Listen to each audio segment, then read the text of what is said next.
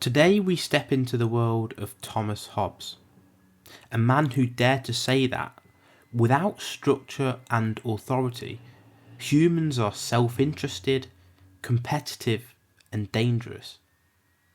And yet he also gave us a blueprint to survive that reality: the Leviathan, the social contract and the Commonwealth. Before we dive in, a quick word from today's sponsor, Strong Coffee Company. For sustained mental clarity with no crash, use code Vancrux1 for 20% off at checkout at strongcoffeecompany.com. Now let's step into Hobbes' life and mind. Imagine yourself in 1588, born prematurely in Malmesbury, England, abandoned by your father. Your survival depends on your older brother, Francis, who steps in to care for you.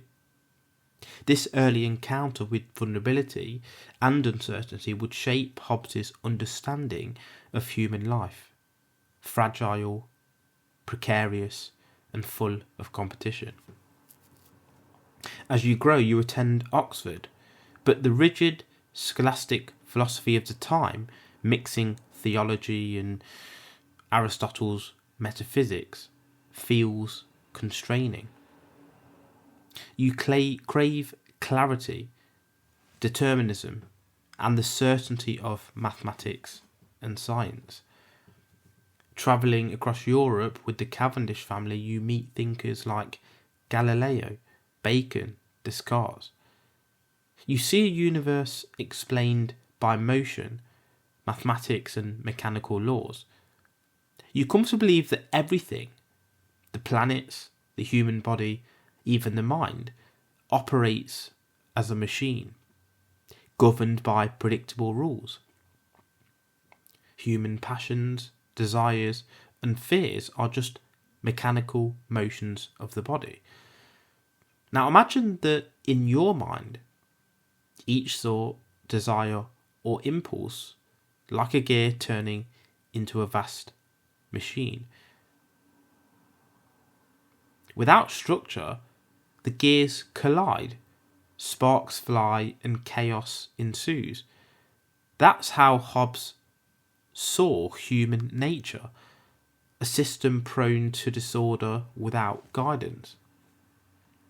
So let's enter into Hobbes' postulations or thought experiment. The state of nature. Picture waking up tomorrow in a world without laws, without authority, without enforcement. Everyone acts purely on self-interest, fear and desire. Hunger, ambition, envy, all drive unrestrained action. Conflict isn't an accident, it's inevitable. Life becomes, as Hobbes says, solitary, poor, nasty, brutish and short. But Hobbes doesn't leave you stranded in that nightmare. He offers a solution, a social contract. Imagine this, that everyone agrees to surrender some freedoms for protection, not out of trust or love, but because survival demands it. That agreement forms a commonwealth, an artificial being, a machine composed of all the individuals within it. At it sits the Leviathan, a sovereign authority. Here's the key though, the Leviathan must have absolute power. Civil, military, judicial, everything. Hobbes rejected the idea of separating powers because division invites chaos. Some call it totalitarian, but Hobbes calls it necessary realism. Without unity of authority, the state collapses back into the state of nature, for him which was chaos. Hobbes' ideas aren't just political, they're materialist and deterministic. He believed all phenomena, from the motion of the planets to the working of the mind, could be explained mechanically. Influenced by Galileo, Newton, Boyle, Hooke, Hobbes saw the universe as a giant machine, and humans as part of that machine. Every action is caused by a previous motion, every desire driven by an impulse, every decision influenced by a chain of determinism. Now try this thought experiment. Picture your body, your mind, and your relationships as interconnected machines. Each motion, each impulse, each decision flows through predictable channels. Hobbes says, if we understand these channels, we can design structures to direct energy, desire, and action towards order instead of chaos. That's the purpose of the Commonwealth and the social contract. Let's pause for a moment. If you're exploring Hobbes' world of mechanics, motion, and human behaviour, you'll want to keep your mind sharp. Today's episode is brought to you by More Labs, science-backed recovery drinks for focus and resilience. Use code Vancrux1 for 25% off at morelabs.com. Returning to Hobbes then, his Leviathan isn't an abstract idea. It's a practical blueprint. Written during English civil wars, it shows the necessity of a strong central authority to prevent civil strife. Hobbes draws on his earlier works, Element of War and De Civ, to argue that without absolute power, society returns to chaos. He also explains human ethics in a situation-dependent way. In the state of nature, your fundamental right is self-preservation. Do whatever it takes to survive. But once a Leviathan exists, your duty is obedience, because the structure of authority maintains peace and security. Think about this in a modern context. Your workplace, your family, or even your habits.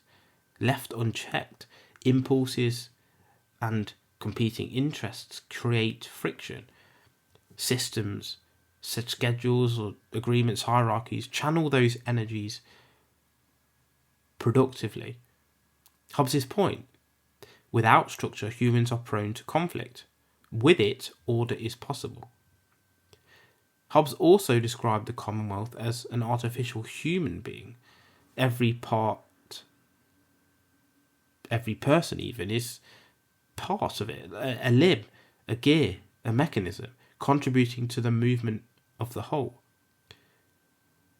This mechanistic metaphor extends to civil society, ethics, and human psychology. Hobbes' materialism and determinism also intersect with his politics because humans are mechanistic, passions predictable, and judgment fallible. No one is inherently fit to rule by nature. Authority must be centralised, absolute, and guided by reason, not morality or divine right. In his view, the alternative is anarchy, the war of all against all. Here's a modern application. Consider governments, corporations.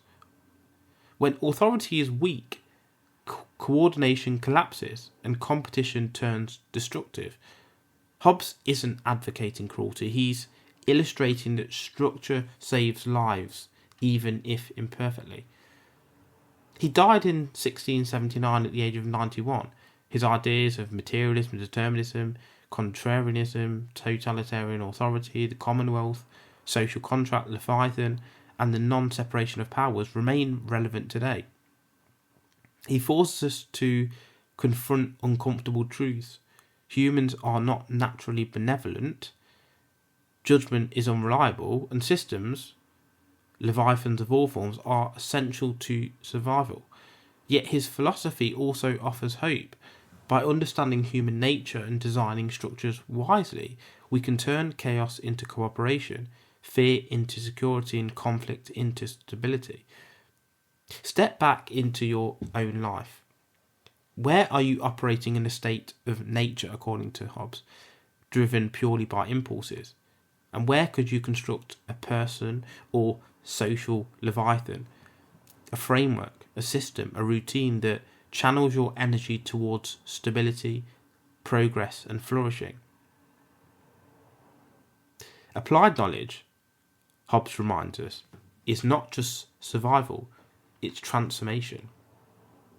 This episode was brought to you by Liquor Gummies, nootropics and adaptogens for focus, calm and creativity. Use code Vancrux1 for 20% off at liquor.com. That's liqure.com.